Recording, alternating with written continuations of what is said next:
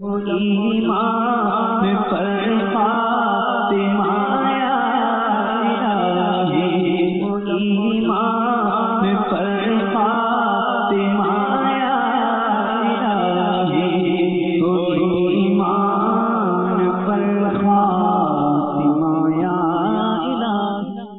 الحمدللہ رب العالمین والصلاة والسلام علی سید المرسلین،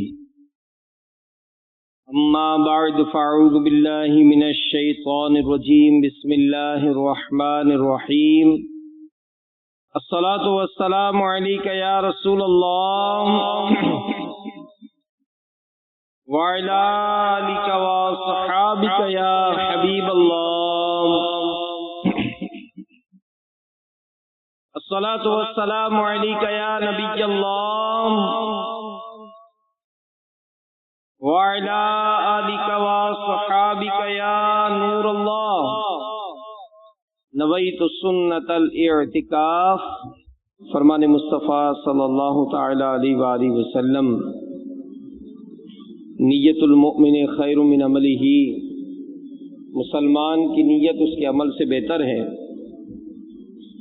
اللہ عز و جل کی رضا پانے اور ثواب بڑھانے کے لیے آئیے کچھ اچھی اچھی نیتیں کر لیتے ہیں کہ رضا الہی کے لیے، حصول ثواب کے لیے،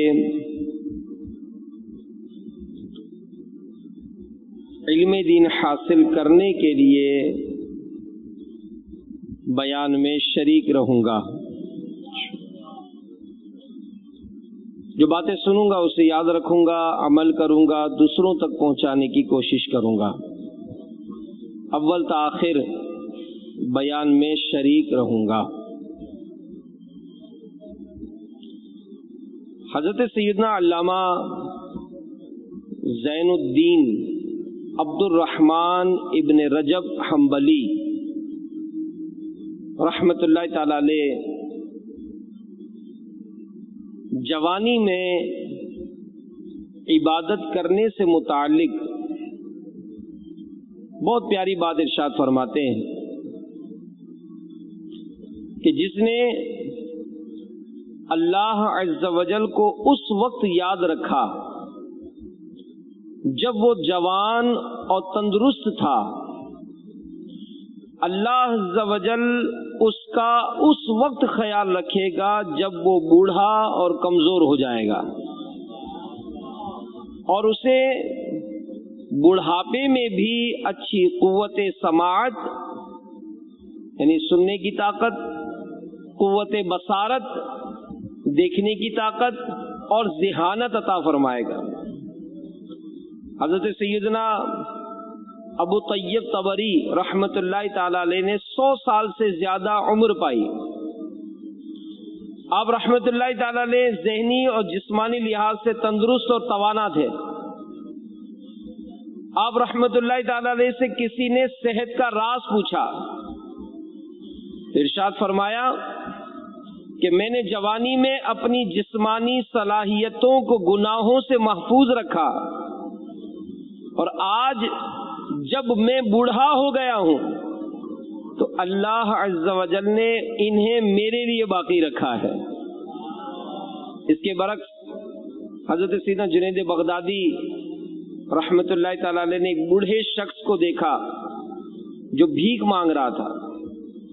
آپ رحمت اللہ تعالی علیہ نے فرمایا کہ اس شخص نے جوانی میں اللہ عز و جل کے حقوق کو ضائع کیا، تو اللہ عز و جل نے بڑھاپے میں اس کی قوت کو ضائع فرما دیا۔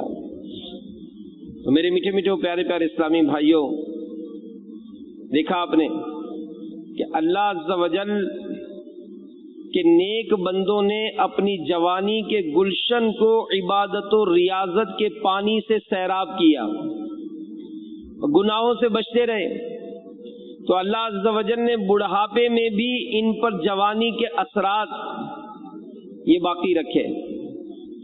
تو آج بدقسمتی سے اس معاملے میں یہی نعرہ لگایا جاتا ہے کہ بھائی جوانی تو دیوانی ہوتی ہے، اس میں ہی تو خوب عیش کوشیاں کی جائیں، دنیا کی رنگینیاں اسی میں تو دیکھی جائیں، بڑھاپے میں تو ہر کوئی یہ یوں سمجھنے کہ کہتے ہیں کہ ہر کوئی عبادت کی طرف آ جاتا ہے، رخ کر لیتا ہے. تو جوانی میں خوب عیش کوشیاں کر لی جائیں.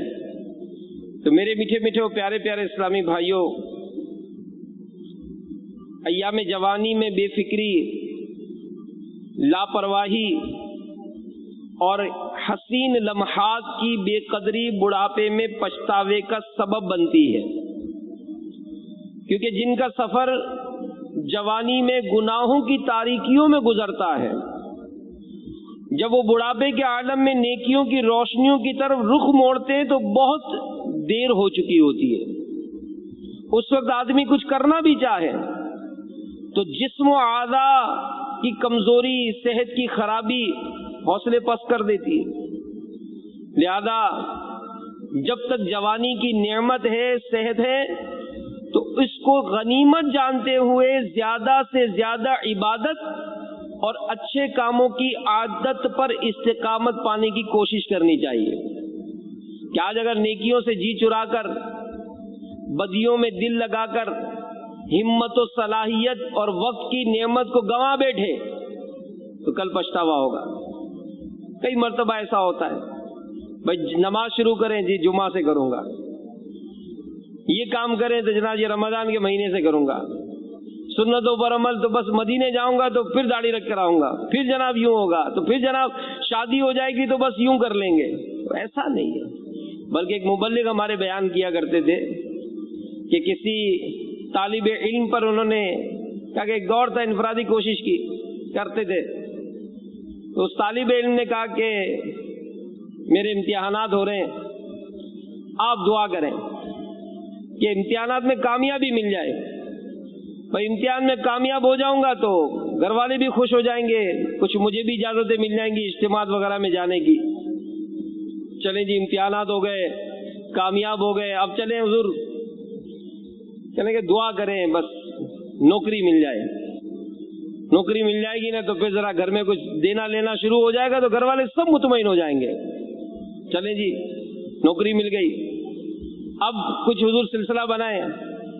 وہ جی گھر والے شادی کا کہہ رہے ہیں، آپ دعا کریں شادی ہو جائے گی نا تو ذرا بندہ خود مختار ہو جاتا ہے، اس کی چلتی ہے گھر میں، تو پھر جناب جو آپ کہیں گے وہ ہو جائے گا.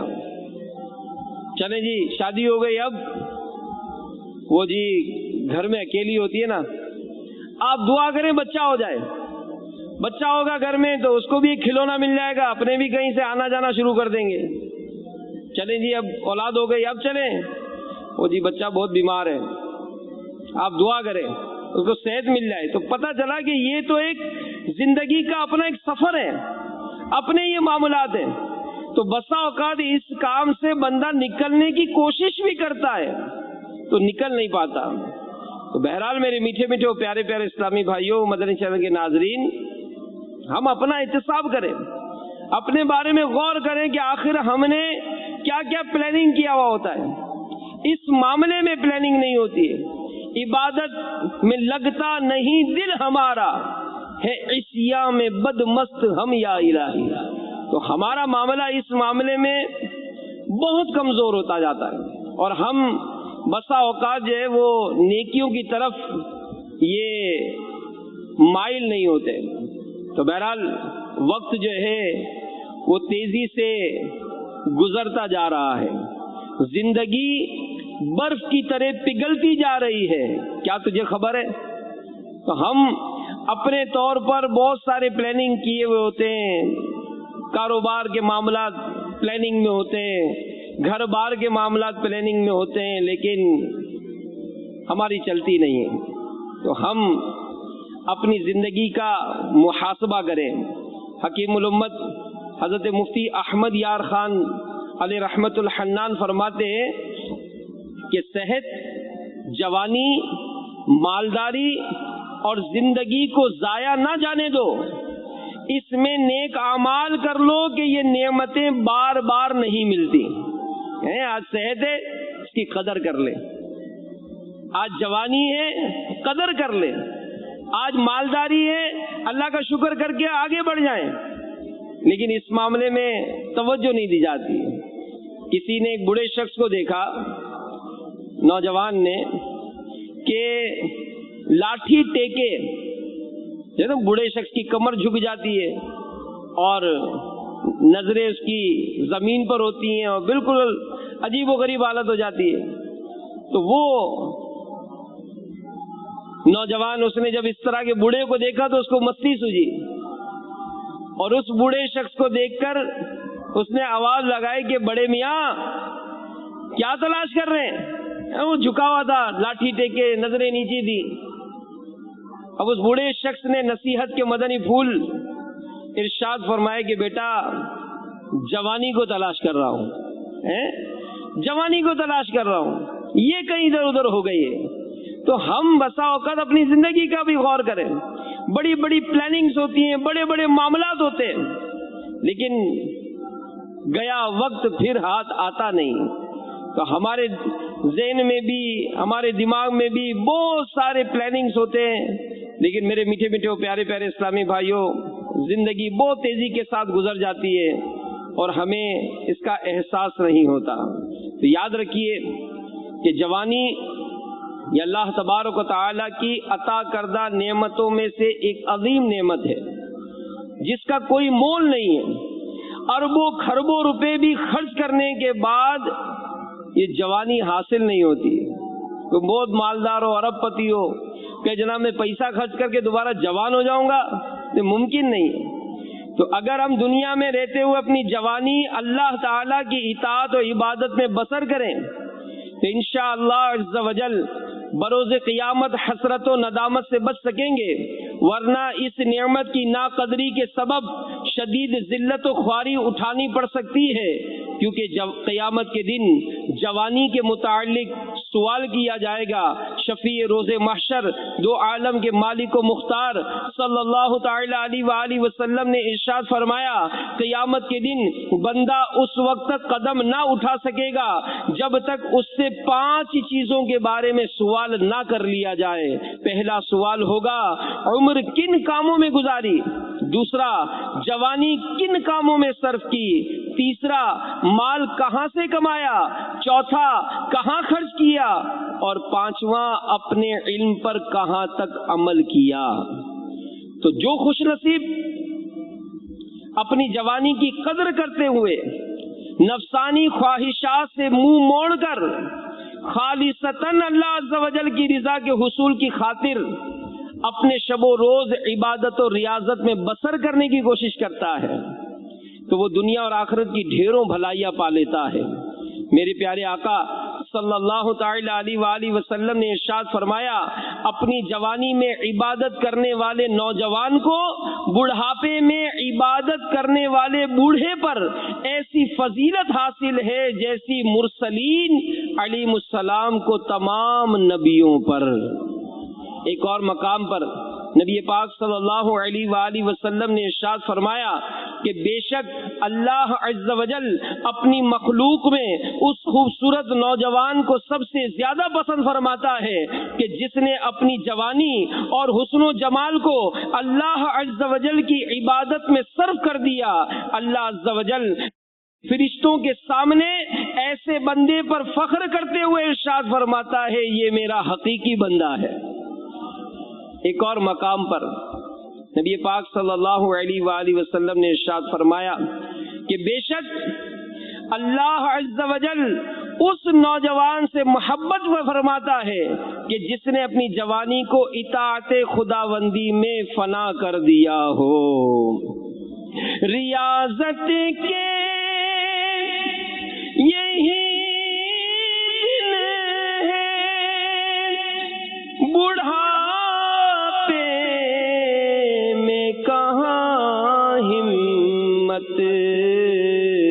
جو کچھ کرنا ہو اب کر لو، جو کچھ کرنا ہو اب کر لو، ابھی نوری جوان تم ہو، جو کچھ کرنا ہو اب کر لو ابھی نوری جوان تم ہو.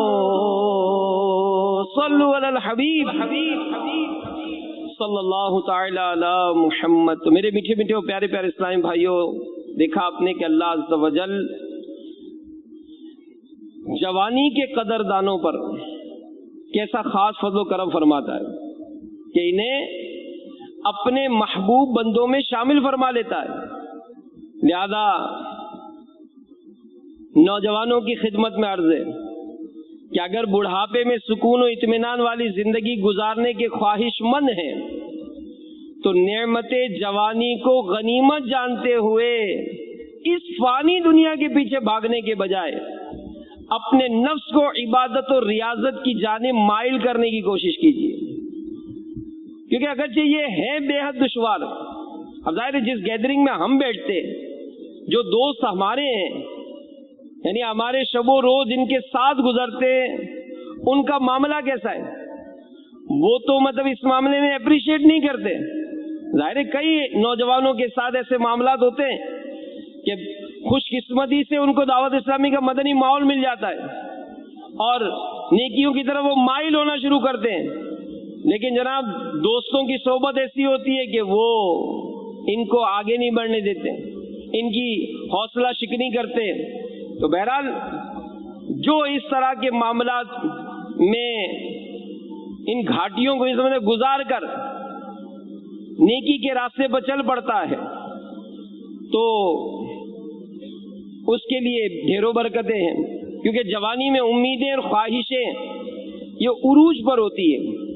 لیکن اگر دیگر معاملات کے ساتھ ساتھ نبی پاک صلی اللہ علیہ وآلہ وسلم کی پیروی کرتے ہوئے آپ کی عبادت و ریاضت سے سجی پاکیزہ زندگی کے مطابق عمل کریں گے، انشاءاللہ عز و جل ہماری زندگی میں بھی مدنی بہاریں آ جائیں گی. حضرت سیدنا عطا رضی اللہ تعالیٰ عنہ فرماتے ہیں کہ میں اور میرے ساتھ حضرت سیدنا ابن عمر اور سیدنا عبید بن عمرو رضوان اللہ تعالی علیہ مجمعین ام المومنین سیدتنا عائشہ صدیقہ رضی اللہ تعالی عنہا کی بارگاہ عالیہ میں حاضر ہوئے. سیدنا ابن عمر رضی اللہ تعالی عنہما نے عرض کی کہ ہمیں رسول اللہ صلی اللہ علیہ وآلہ وسلم کے بارے میں کوئی تعجب خیز بات بتائیے.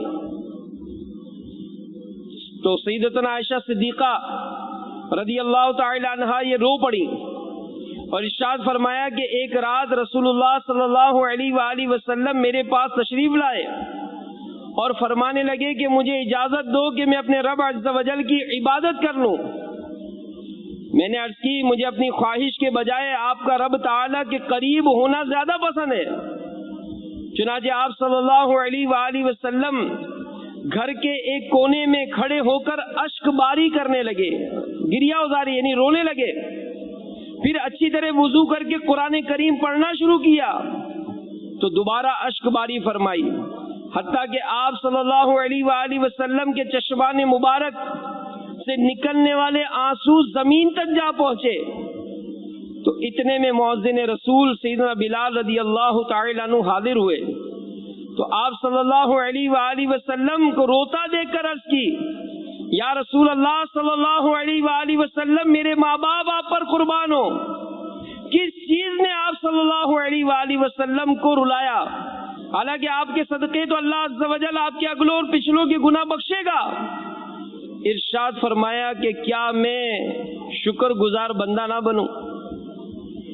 میرے میٹھے میٹھے پیارے پیارے اسلامی بھائیوں، دیکھا آپ نے کہ ہمارے بخشے بخشائے آقا، ہم عاصیوں کو بخشوانے والے مصطفیٰ صلی اللہ علیہ وآلہ وسلم معصوم بلکہ سید المعصومین اور سید العابدین یعنی عبادت گزاروں کے سردار ہونے کے باوجود کس قدر گریہ وزاری کے ساتھ اللہ رب العالمین کی عبادت کیا کرتے. حالانکہ آپ صلی اللہ علیہ وآلہ وسلم کی شان و عظمت اس قدر بلند و بالا ہے کہ اللہ عز و جل نے آپ صلی اللہ علیہ وآلہ وسلم کو مالک و مختار بنایا ہے. آپ صلی اللہ علیہ وآلہ وسلم بِإِذْنِ الہی اپنے اختیار سے روز محشر بخشش سے نا امید ہونے والے گناہگاروں کی شفاعت فرمائیں گے۔ میرے پیارے آقا صلی اللہ علیہ وآلہ وسلم اپنی شان رفعت نشان بیان فرماتے ہیں کہ بروز قیامت سب سے پہلے میں اپنے مظاہر فائز الانوار سے باہر تشریف لاؤں گا۔ جب لوگ گروہ کی صورت میں آئیں گے تو میں ہی ان کا رہنما ہوں گا۔ جب وہ قیامت کی ہولناکیوں کی سبب خاموش ہو جائیں گے تو میں ہی ان کا خطیب یعنی خطبہ پڑھنے والا ہوں گا۔ جب وہ روکے جائیں گے میں ہی ان کا سفارشی ہوں گا۔ جب وہ نا امید ہو جائیں گے تو میں ہی انہیں خوشخبری سنانے والا ہوں گا۔ بزرگی اور اللہ عز و جل کے تمام خزانوں کی چابیاں اس دن میرے ہاتھوں میں ہوں گی۔ میں اولاد آدم میں اللہ عز و جل کے نزدیک سب سے زیادہ بزرگی والا ہوں گا۔ 1000 خدمت گزار میرے ارد گرد ہوں گے۔ تو سبحان اللہ، قربان جائیے کہ اولین و آخرین کے سردار اور اللہ کی عطا سے مالک و مختار ہونے کے باوجود آپ صلی اللہ علیہ وآلہ وسلم کے شوق عبادت کا کیا عالم کہ کثرت عبادت کے سبب سرکار علیہ الصلوۃ والسلام کے قدمین شریفین ان پر سوجن ہو جاتی۔ آپ صلی اللہ علیہ وآلہ وسلم امت کے گناہگاروں کی بخشش کی خاطر آہوزاری فرمایا کرتے۔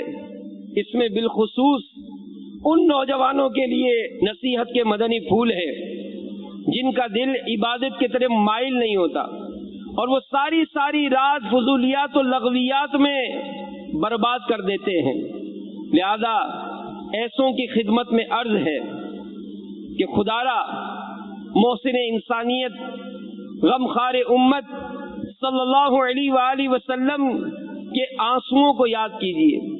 دنیا اور آخرت میں کامیابی کے لیے احکام خداوندی کی بجا آوری اور نبی پاک علیہ الصلوۃ والسلام کی سنتوں کی پیروی اور اخروی انعامات پانے کی حرص میں خوب نیکیاں کیجیے۔ تو میرے میٹھے میٹھے اور پیارے پیارے اسلامی بھائیوں، اے مدنی چینل کے ناظرین، ہم اپنے بارے میں غور کریں کہ ہم اگر نیکیوں کی طرف مائل ہونا چاہتے ہیں تو بسا اوقات شیطان وسوسے دیتا ہے کہ جناب میں کیسے نیکی کے راستے پر آؤں گا، میں تو بہت گناہ گار ہوں، میں تو لڑائی جھگڑے کرتا ہوں، میں تو اسی طرح کی بے حیائی کے کام کرتا ہوں۔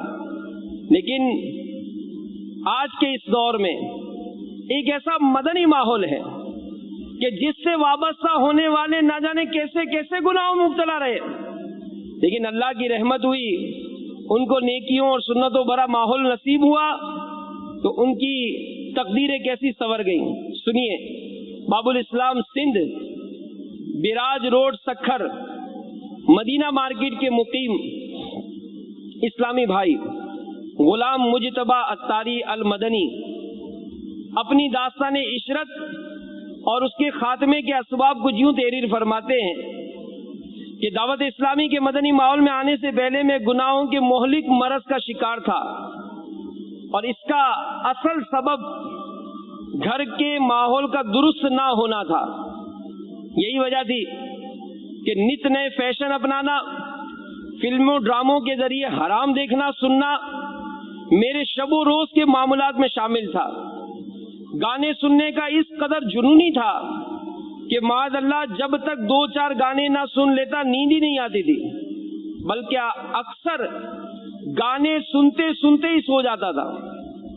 بدقسمتی سے نماز قضا ہونے کا کوئی احساس نہ تھا۔ الغرض میرے 4 سو غفلت و جہالت کا اندھیرا تھا، جس کے کافور ہونے اور میری زندگی میں مدنی انقلاب کا سورج طلوع ہونے کا سبب کچھ یوں بنا کہ خوش قسمتی سے ہمارے پڑوس میں مدنی ماحول سے وابستہ ایک اسلام میں رہائش پذیر تھے جو میری حالت زار سے بخوبی واقف تھے۔ ایک روز جب ان سے ملاقات ہوئی تو انہوں نے بڑے میٹھے انداز میں میری قبر اور آخرت کی بہتری کی خاطر مجھ پر انفرادی کوشش فرمائی اور اسلامی احکام جاننے اور اپنے ایمان کو جلا بخشنے کے لیے ہفتہ وار دعوت اسلامی کے سنتوں پر اجتماع میں شرکت کی ترغیب دلائی۔ ان کے میٹھے میٹھے انداز نے مجھے رغبت دلائی اور میں دعوت اسلامی کے اجتماع میں شرکت کے لیے تیار ہو گیا. جب میں اجتماع میں پہنچا تو وہاں ہر طرف سنتوں کی بہار، سبز اماموں کا نکھار اور اسلامی بھائیوں کی کثیر تعداد دیکھ کر مجھے بہت اچھا لگا. وہ کہتے ہیں کہ میرے لیے یہ دنیا نہیں تھی جہاں پیار و محبت کی فضا قائم تھی. عاشقان رسول کا انداز گفتار بڑا ہی پیارا تھا اور میں وہاں کے پرکیف مناظر سے خوب محظوظ ہوا. مزید سنتوں برے بیان اور اختتام اجتماع میں ہونے والی دعا نے میری سوچ و فکر کا محور ہی بدل دیا. میرے دل پر عجیب سکون کی کیفیت طاری ہو گئی. میں اس سنتوں برے اجتماع کی برکتوں سے مالا مال ہو کر گھر لوٹا اور اس کے بعد ہفتہ وار اجتماع میں شرکت کرنا معمول بنا لیا، جس کی برکت سے دل پر لگی گناہوں کی سیاہی دھلنے لگی. عاشقان رسول کے قرب کی برکت سے میرے اندر عمل کا ایسا جذبہ نصیب ہوا کہ پہلے نمازوں کے قضا ہونے پر کوئی افسوس و ملال نہیں ہوتا تھا، مگر اب میں نمازوں کی پابندی کے ساتھ ساتھ قبر اور آخرت کی بہتری کی فکر سے سرشار ہو گیا. اب رمضان کا مہینہ آیا، سبحان اللہ. اس مقدس مہینے کی آمد ہوئی تو وہ اسلام میں دوبارہ آ گئے اور مجھے دعوت اسلامی کے تحت ہونے والے سنت اعتکاف میں شرکت کی دعوت پیش کی، ترغیب دلائی. اب ویسے ہی میں دعوت اسلامی کے مدنی ماحول سے وابستہ تو ہو چکا تھا، میں اس نیک کام کے لیے ہاتھوں ہاتھ تیار ہو گیا. گھر والوں سے اجازت لی، مدنی ماحول میں اعتکاف کرنے جا پہنچا. اس سنتوں برے اعتکاف میں خوب نیکیاں کمانے، سنتیں اپنانے، علم دین حاصل کرنے کا موقع میسر ہوا. با جماعت نمازیں ادا کرنے، اشراق و چاشت و اوابین کے نوافل پڑھنے کی سعادت حاصل ہوئی. اعتکاف کی ان مبارک گھڑیوں کے دوران ایک بار مدنی حلقے میں شیخ طریقت امیر اہل سنت کے دل سوز بیان گانے باجے کی ہولناکیوں کی کیسٹ چلائی گئی. یہ بیان میں بغور سننے لگا کیونکہ میں گانے باجے کا بے حد شوقین تھا. اس بیان میں میرے شیخ طریقت امیر اہل سنت نے گانے باجے کی تباہ کاریوں اور اس کے سبب قبر و حشر میں ملنے والی سزاؤں کو دل ہلا دینے والے انداز میں بیان فرمایا تھا. میں جیسے جیسے بیان سنتا گیا میرے دل میں ایک ہلچل سی پیدا ہوتی گئی. مجھ پر خوف خدا کا غلبہ ہونے لگا، میرا جسم کانپنے لگا. ایک ولی کامل کے پر تاثیر بیان نے میرے دل کی کایا پلٹ دی. میرے اندر مدنی انقلاب برپا ہو گیا. مجھے گانے بازوں کے گناہ سے نفرت ہو گئی. میں نیکیاں کرنے کے جذبے سے سرشار ہوا.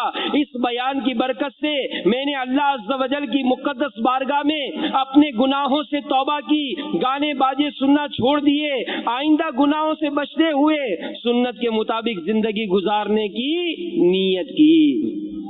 اب سنیے تو صحیح، دیکھیں یہ اعتکاف کی بہار ہے کہ اعتکاف کی برکت سے کہتے ہیں میرے دل کی دنیا ہی بدل چکی تھی.